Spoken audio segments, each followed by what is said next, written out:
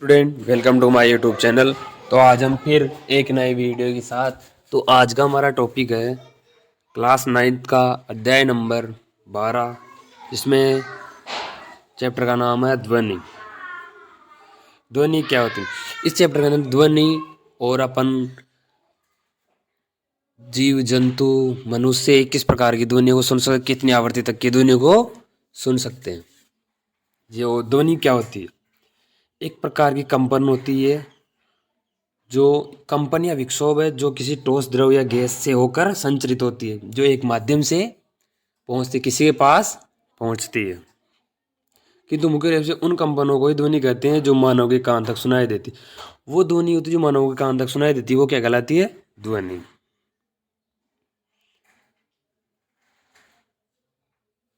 यह ध्वनि के बारे में, यह ऊर्जा का एक रूप है जो तरंगों के रूप में संचरित रहती है। ध्वनि होती है ना, वो क्या रहती है? तरंगों के रूप में रहती है। जिस तरंगे, जैसे अपन बोलेंगे जिस स्पीकर चलता है उसमें तरंगे निकलती है, वो जैसे हमारे कानों तक पहुंचती है, वो ध्वनि हो गई। ध्वनि हमारे कानों में स्वर्ण का संवेदन उत्पन्न करती है।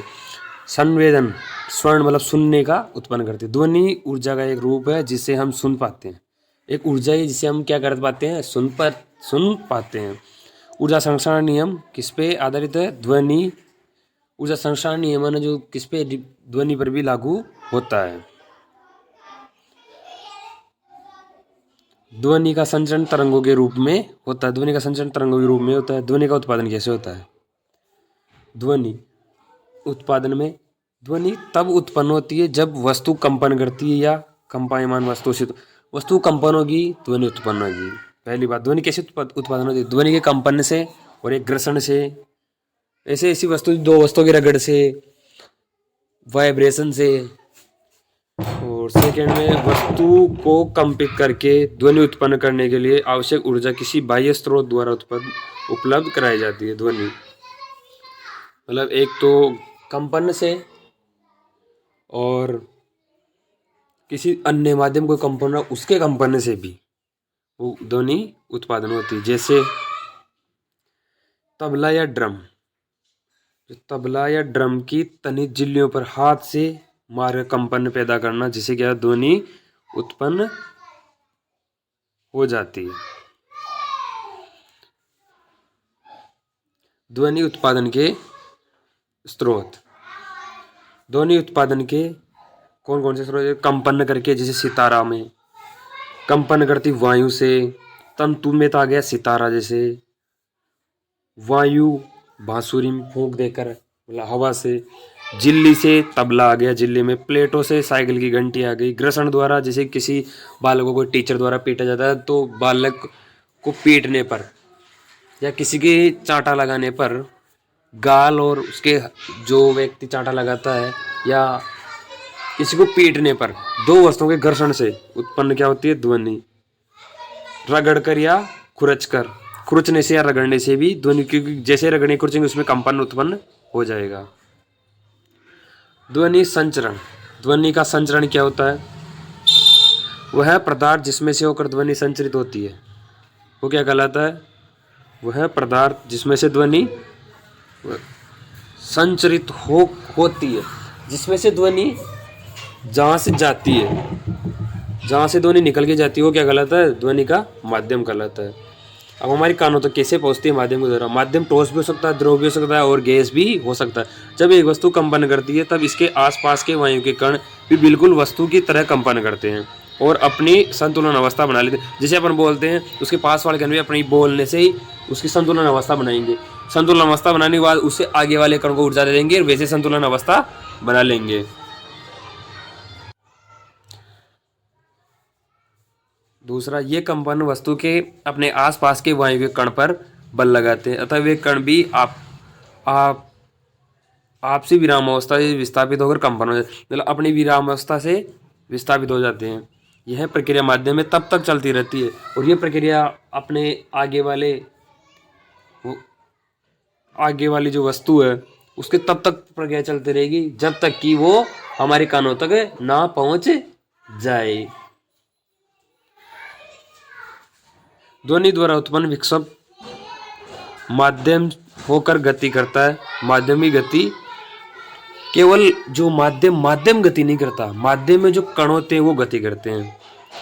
वह क्षेत्र जहां माध्यम के कण आसपास आसपास आकर इधर उधर दाब बनाते हैं, वह क्षेत्र जहां माध्यम के कण दूर दूर जा जो पास पास आते हैं तो वो तो क्या कहलाता है, संपीड़न, और जो दूर दूर जाते हैं वो क्या कहलाता है, विलयन या निम्न दाब क्षेत्र कहलाता है।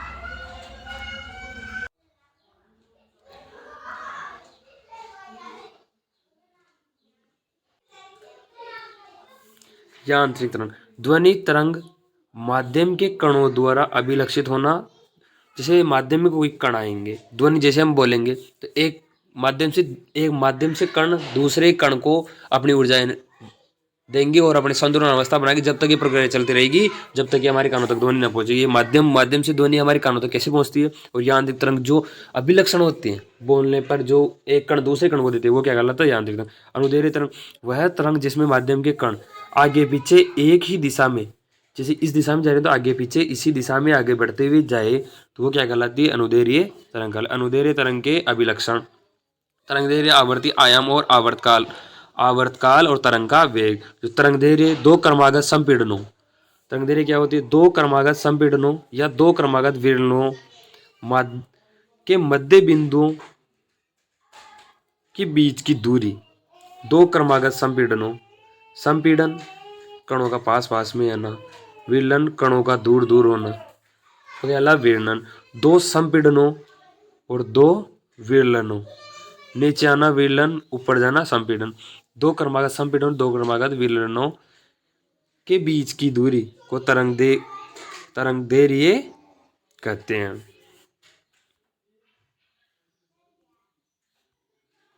या दूसरी परिभाषा है इसकी, एक पूर्ण दोलन में कोई तरंग जितनी दूरी तय करती है, एक दोलन में जितनी दूरी तय करती है उसका तरंगदैर्घ्य। एक दोलन, एक राउंड करने में ध्वनि एक बार चक्कर होती ना, एक बार संपीड़न एक बार विलयन, उस संपीड़न और विलयन होने में, जैसे ये यहाँ से ध्वनि यहाँ गई यहाँ गई यहाँ आई, ये एक राउंड में जितनी दूरी होगी वो क्या कहलाता है, तरंग का वेग कहलाता है। इसे लैम्ब्डा से प्रदर्शित करते हैं, इसका मात्रक क्या होता है, मीटर। तरंगदैर्घ्य। अब आवर्ती, एक सेकंड में उत्पन्न तरंगों की संख्या या एक सेकंड में कितने दोलन आ रहे हैं, मतलब एक सेकंड में कितने दोलन हो रहे हैं वो क्या कहलाता है, आवर्ती। एक सेकंड में दोलनों की संख्या क्या कहलाती है, आवर्ती। आवर्ती का मात्रक हर्ट्ज, और इससे किसे प्रदर्शित करते हैं, न्यू से प्रदर्शित करते हैं। और 1 किलो हर्ट्ज, केजी हर्ट्ज बराबर 1 किलो हर्ट्ज बराबर 1000 हर्ट्ज होता है। आवर्तकाल, आवर्तित होगी एक सेकंड में दोलनों की संख्या, वो तो आवर्ती। और एक दोलन में लिया गया समय या एक दोलन में जो समय लगा वो क्या कहलाता है, तरंग का आवर्तकाल कहलाता है। इसे टी से निरूपित, इसका ऐसा ही मात्रा क्या होता है, सेकंड होता है। आवर्ती तथा आवर्तकाल में मध्य संबंध, आवर्ती आवर्तकाल की व्युत्क्रम होती है, तो V = 1/T। न्यू से तो आवर्ती को प्रदर्शित करते हैं और आवर्तकाल को टी से प्रदर्शित करते हैं। तारत्व क्या होता है, किसी उत्सर्जित ध्वनि की आवृत्ति को मस्तिष्क किस प्रकार अनुभव करता है। तारत्व, जो ध्वनि होती है ना, उस ध्वनि को अपना मस्तिष्क किस प्रकार ऑब्जर्व करे, किस प्रकार समझे, वो क्या कहलाता है, तारत्व कहलाता है। आवृत्ति बढ़ने पर तारत्व भी बढ़ता है तथा आवृत्ति घटने पर तारत्व का मान भी, जैसे जैसे आवाज बढ़ेंगे तो हमारा मस्तिष्क वैसे वैसे ऑब्जर्व करेगा, जैसे जैसे आवाज कम होगी तो ऑब्जर्व कम करेगा, वो क्या कहलाता है, तारत्व कर। ध्वनि बढ़ने पर तारत्व बढ़ता है, ध्वनि घटने पर तारत्व भी घटता है। आयाम, किसी माध्यम में मूल स्थिति के दोनों ओर अधिकतम विक्षोभों को तरंग का आयाम कहते हैं। ये मूल स्थिति है, उसके ऊपर अधिकतम विक्षोभों की संख्या को क्या कहलाते हैं, आयाम। मूल स्थिति के दोनों ओर अधिकतम, इसे ए से अधिकतम विक्षोभ तरंग का आयाम कहलाता है। इसे ए से निरूपित, ऐसा ही मात्रक मीटर होता है। ध्वनि से तारत्व, प्रबलता तथा गुणवत्ता जैसे विलक्षण पाए जाते हैं। तरंग का वेग, जैसे अपन न्यूमेरिकल आएंगे तो उसके फॉर्मूला कैसे निकाल, तरंग का वेग, एक तरंग द्वारा एक सेकंड में तय की गई दूरी तरंग का वेग कहलाती है। वेग बराबर दूरी बटेवा समय मात्रक मीटर पर सेकंड। V दूरी को लैम्ब्डा और T समय, लैम्ब्डा इंटू 1/T, 1/T किसके बराबर, न्यू के बराबर लिख दिया, तो ये क्या हो गया, V वेग बराबर तरंग दैर्घ्य इंटू आवर्ती, ये एक और फॉर्मूला आ गया, तरंग दैर्घ्य इंटू आवर्ती। तरंग की तीव्रता, किसी एकांक क्षेत्र से 1 सेकंड में गुजरने वाले ध्वनि तरंगों की संख्या को क्या कहलाते हैं? तरंग की तीव्रता कहते हैं। तरंग की तीव्रता क्या कहलाती है? 1 सेकंड में कुल दोलनों की संख्या आवर्तकाल, और एक दोलन में लगा समय आवर्ती, और 1 सेकंड में गुजरने वाले ध्वनि तरंगों की संख्या को क्या कहलाते हैं? तीव्रता कहते हैं। क्या कहते हैं? तीव्रता कहते हैं। क्वेश्चन है, तरंग का कौन सा गुण निम्नलिखित को निर्धारित करता है? प्रबलता, तारत्व, ये जो देख लेना। उदाहरण नंबर है अपना 12.1,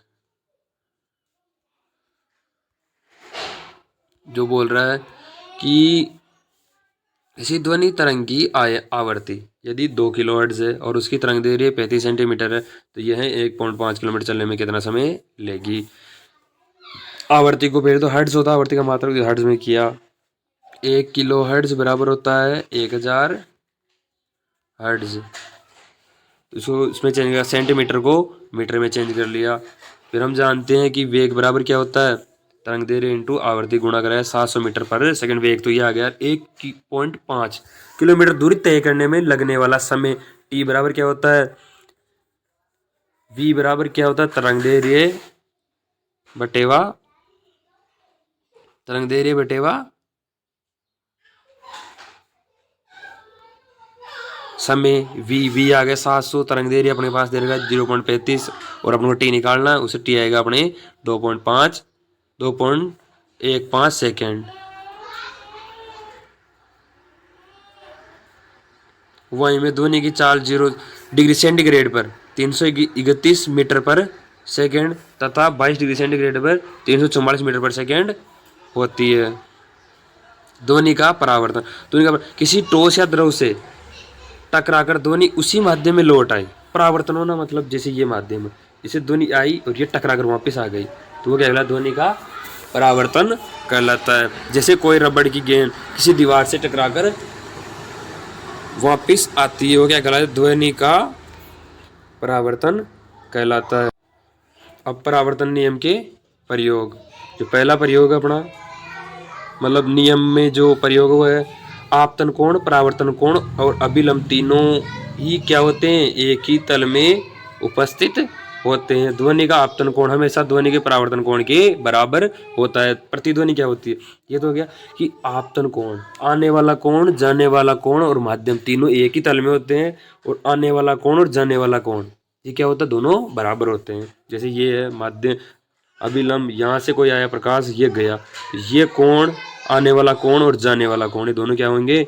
बराबर होंगे।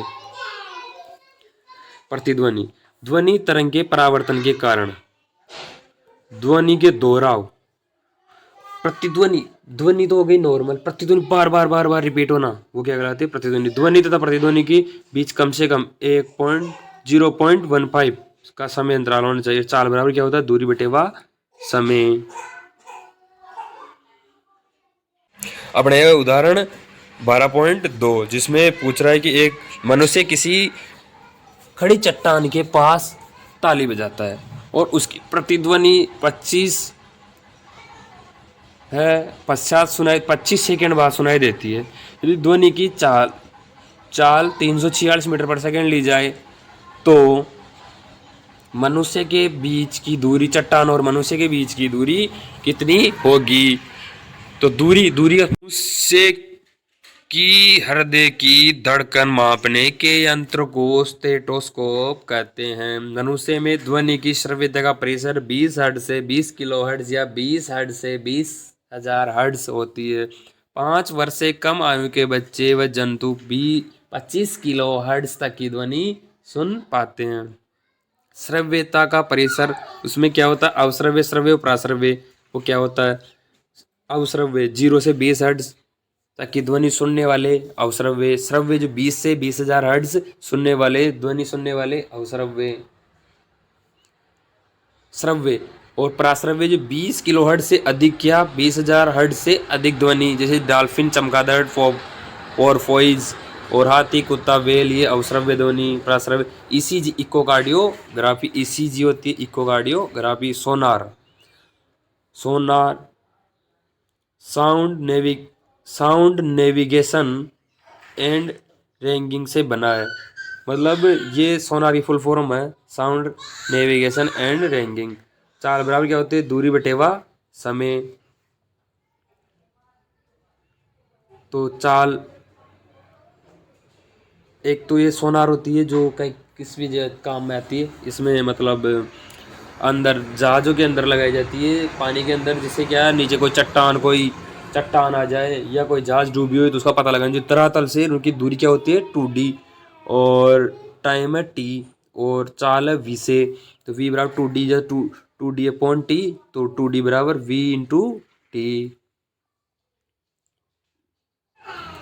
सोनार के उपयोग, सोनार किस काम में आता है अपने, जल के अंदर स्थित चट्टानों को बता दिया भाई वो उसके काम। समुद्र की चट्टान, समुद्र के अंदर जो चट्टानें आती है उसके अंदर समुद्र की गहराई मापने में, पनडुब्बियां देखने में, और हिम बर्फ प्लवी बर्फ हो, कोई बर्फ का टुकड़ा जैसे जम जाए डूबे हुए जहाज के रूप में, ये सब किसमें काम है, सोनार का उपयोग।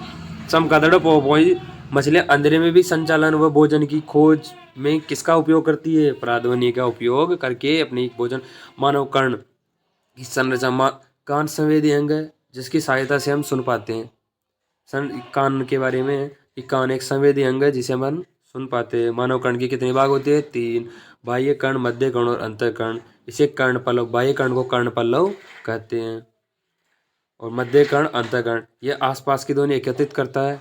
कौन, पहला जो बाह्य कर्ण है वो आसपास की ध्वनि को एकत्र करने का कार्य करता है। मध्य कर्ण में 3 हड्डियां होती है, मुखदर्ग, निहाई और वल्ले, जो एक दूसरे से जुड़ी होती है। और अंतःकर्ण, अंतःकर्ण में एक मुड़ी हुई नलिका कर्ण व्रत होती है जो अंडाकार छिद्र से जुड़ी होती है। कर्णवृत्त में एक द्रव होता है जिसमें तंत्रिका कोशिका होती है। कर्णवृत्त का भरा दूसरा सिरा श्रवण तंत्रिका से जुड़ा होता है जो मस्तिष्क को जाती है। अपना हो गया चैप्टर अब ऑलमोस्ट कंप्लीट। धन्यवाद।